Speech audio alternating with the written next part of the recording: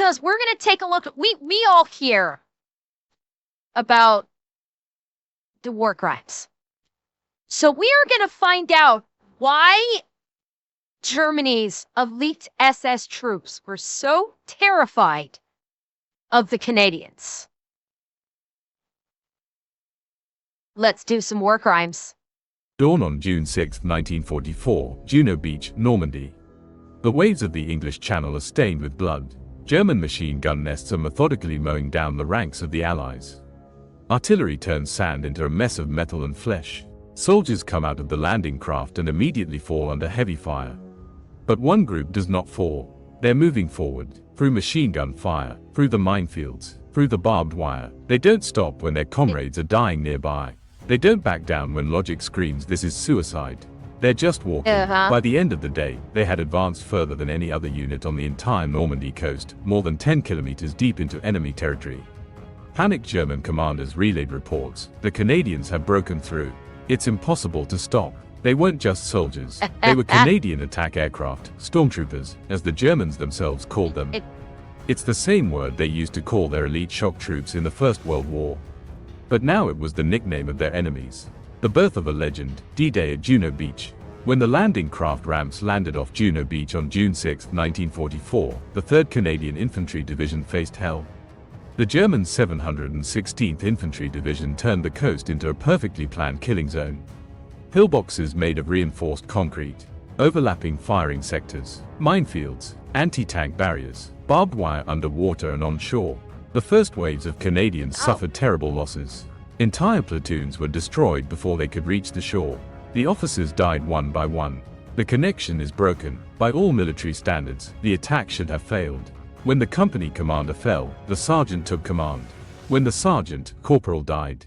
When there was no one left, an ordinary soldier independently decided where to attack.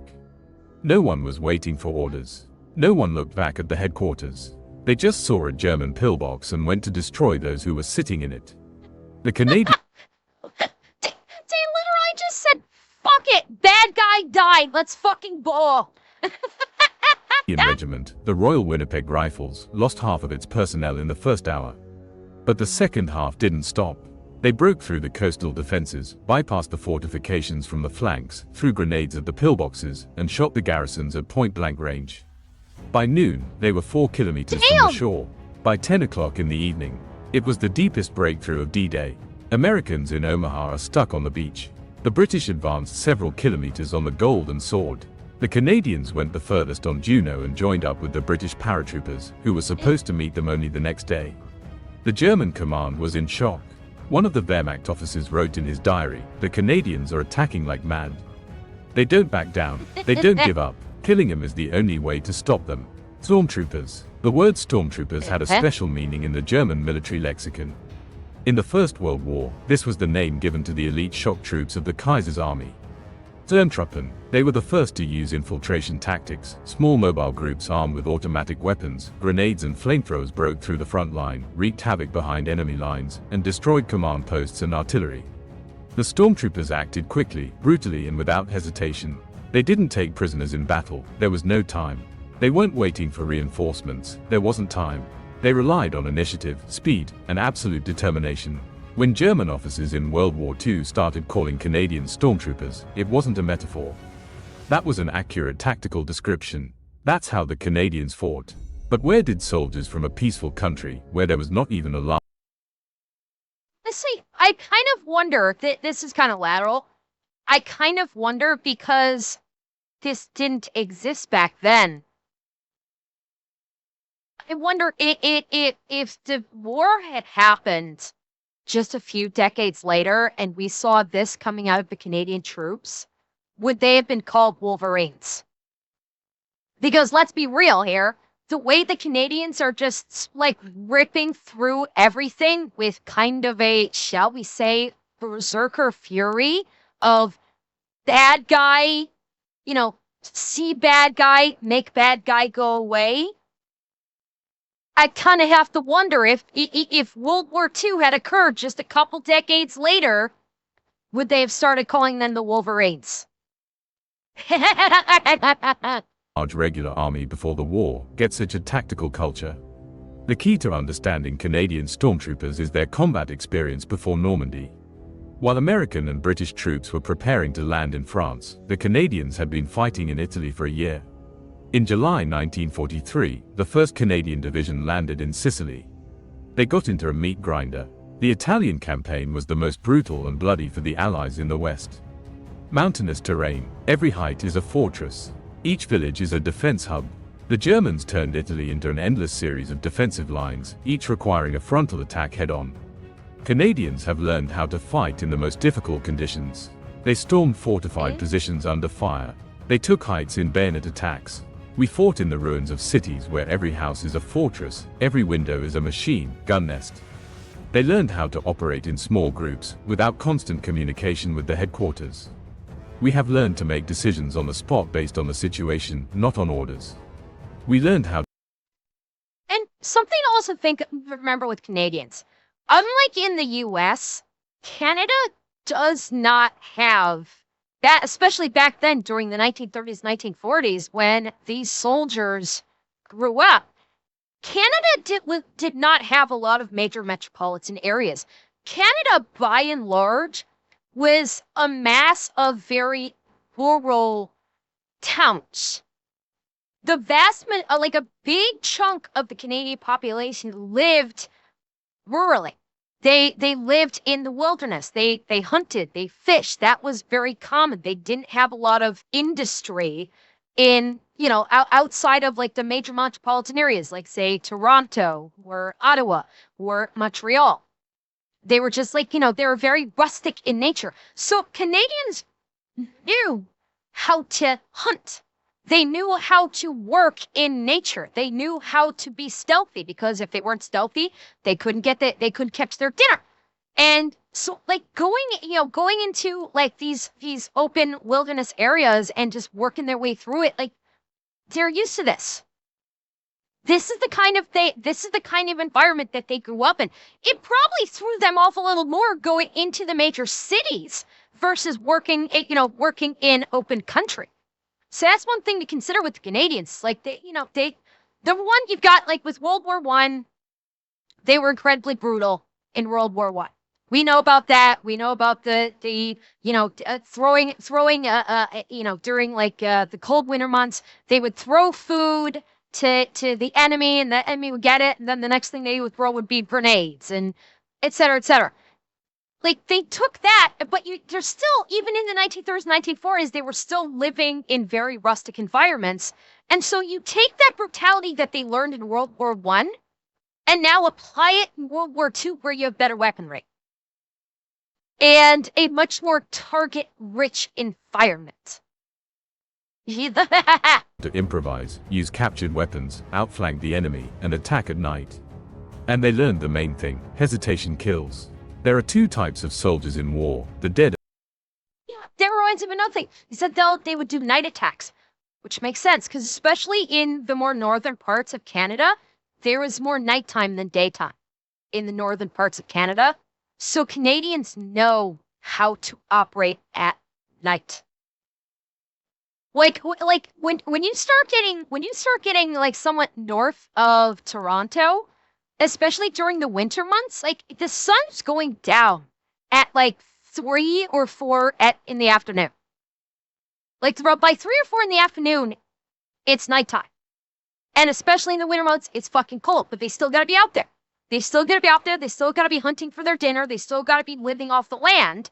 So they were probably insanely lethal at night because they know how to operate at night. They know how to operate in the dark. I don't know about built-in night vision per se. They knew how to, they were experienced with operating at night. So they were able to, work with like night sounds, maybe a little bit, maybe their night vision could have been better.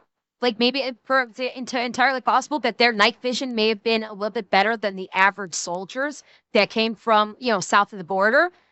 Sure, that's entirely possible. And those who act first. By the time of the Normandy landings, the Canadian army consisted of seasoned veterans who knew how to fight and had no illusions about the war. They did not believe in chivalrous confrontation and fair fight. They believed in what worked. Speed, aggression, suddenness. After the breakthrough at Juno Beach, the Canadians faced a new nightmare, the battle for Caen. Shoot. Okay, we'll keep going. My headphones just toned off low battery, but we'll keep going. This Norman city was supposed to be taken on the first day of the landing. Instead, it turned into a month-long meat grinder. The Germans pulled the elite Waffen-SS divisions to Caen, the 12th SS Panzer Division Hitler Youth and the 1st SS Panzer Division Leibstandarte Adolf Hitler. These were not ordinary Wehrmacht soldiers. They were fanatics, ideologically processed, convinced of the superiority of the Aryan race, ready to die for the Führer. And they met with the Canadians. The battle was fought from house to house, from room to room. The Canadians stormed the ruins under constant artillery fire. Tiger and Panther tanks hid in the ruins and shot the Allied armored vehicles at point-blank range. SS snipers hunted from attics. The machine gunners dug into the basements. The Canadians responded in kind, but more harshly. They used flamethrowers to burn out the garrisons from the basements. Oh, hell yes! You want to dig it in the house? You want to hide in the house? Is fine. We'll remove the house. The Canadians did not give a fuck. This is a difference. It wasn't what is proper. It is what works. You want to hide in the house with your, you want to hide your snipers in the egg? You want to hide your garrisons in the house? Fine. We'll remove the house and you with it. Because it works. Because this is fucking war. Basically, the ones that kills more of the other ones is who wins. Threw grenades at the buildings until all resistance stopped. They called artillery to positions a few meters away from their own. An officer of the 12th SS Division wrote, "Canadians don't fight like the Anglo-Saxons. They fight like Russians, absolutely ruthlessly. They don't accept surrender in the heat of battle. Our soldiers are afraid of being captured by them." The losses were terrible on both sides. But the Canadians didn't back down. Meter by meter, house by house, they gnawed the can out of the hands of the SS. What made Canadians so effective? 3 things: initiative, flexibility, and absolute focus on the mission. Initiative, the British Army. I will disagree with the third part. The third part, absolute focus on the mission. I would replace focus of the mission with ruthlessness. That is what made the Canadians so terrifying. Is they were flexible and they were in their troop deployment and movement, but they were absolutely fucking ruthless. They didn't care. These were the enemy. They had and as we recall from other stories that we've heard, the Germans did some seriously heinous shit to the Canadians. With the Canadians that they'd captured, that they'd killed, they desecrated the Canadians, and basically they took that personally. And so the Canadians said, "Okay, you want to fucking play that game? Let's fucking go." And you basically just unleashed a warmonger. And it was game fucking on, and they were ruthless. And that's what counted. Army fought according to the rules. The American side relied on firepower and material superiority. The Canadians did what worked, even if it contradicted the instructions. Sergeants and corporals made their own tactical decisions. The privates acted without orders if they saw an opportunity. Flexibility, Canadian units could be rebuilt instantly. An infantry platoon became an assault group. Sappers are infantrymen, signalmen are shooters. Everyone was trained to fight in any role. Mission above all, the Canadians did not count casualties during the battle. They didn't think about fame or rewards. They thought of only one thing: to complete the task. Take the height, capture the bridge, hold the road, at any cost. German General Kurt Meyer, commander of the 12th SS Division, wrote after the war, "Of all the opponents I fought, the Canadians were the most dangerous. Not because they were better armed or trained, but because they were completely unpredictable. You never knew what they would do. And when they decided to attack, it was impossible to stop them." In August 1944, the Allies surrounded the German Army Group B in Normandy. The Americans broke through in the south. The British pressed from the north. But one corridor remained open, the road through Falaise. If the Germans break through, they will save 2 armies. If the Canadians hold the road, it will be the largest encirclement of the Western Front. The Canadians were ordered to take the heights around Falaise and block the road. The Germans launched a counterattack with everything they had: tanks, artillery, remnants of elite SS divisions. The Canadians held on, under continuous attacks, no sleep, without reinforcements, shooting down German columns that were desperately trying to break through. The heights changed hands several times a day, but the road was blocked. 2 German armies were trapped in a cauldron, tens of thousands of dead, 50,000 prisoners. The Normandy operation ended with the defeat of the Wehrmacht, and the Canadians played a key role. By the end of 1944, Canadian forces were liberating the Netherlands. It was a different war. The Germans flooded the polders, turning the country into a giant swamp. The Canadians fought in mud, waist-deep in icy water. They stormed the dams under fire. Okay, waist-deep in icy water? You mean just like back home? Let's be real here. A German winter ain't shit compared to a Canadian winter, especially on the prairies and up north. That is like summertime. The German winters is like summertime for the northern living Canadians. Okay, they're just like, oh damn, I gotta take my shirt off. I'm hot out. Took cities that the Germans had turned into fortresses. But here they faced more than just the enemy. The civilian population of the Netherlands was dying of hunger. The winter of 1944–1945, the hungry winter, claimed more than 20,000 lives. The Canadians shared their rations. They risked their lives delivering food to besieged cities. When the war ended, they stayed, helping rebuild the country. The Dutch still remember, there are always fresh flowers in Canadian military cemeteries in the Netherlands. The price of victory: more than 1 million Canadians served in World War II.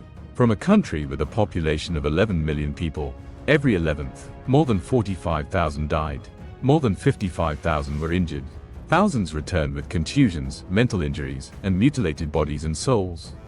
Their stories are rarely told. Hollywood makes films about Americans. British historians write about their heroes. Canadians remain in the shadows. Friends, subscribe to the channel and don't forget to like it. Yeah, there are not many Hollywood movies about the Canadian troops, which is a shame. I would like to see more films about the Canadian troops of World War I. World War II, and even maybe World War I as well. But yeah, I would like to see good movies being made about the Canadians.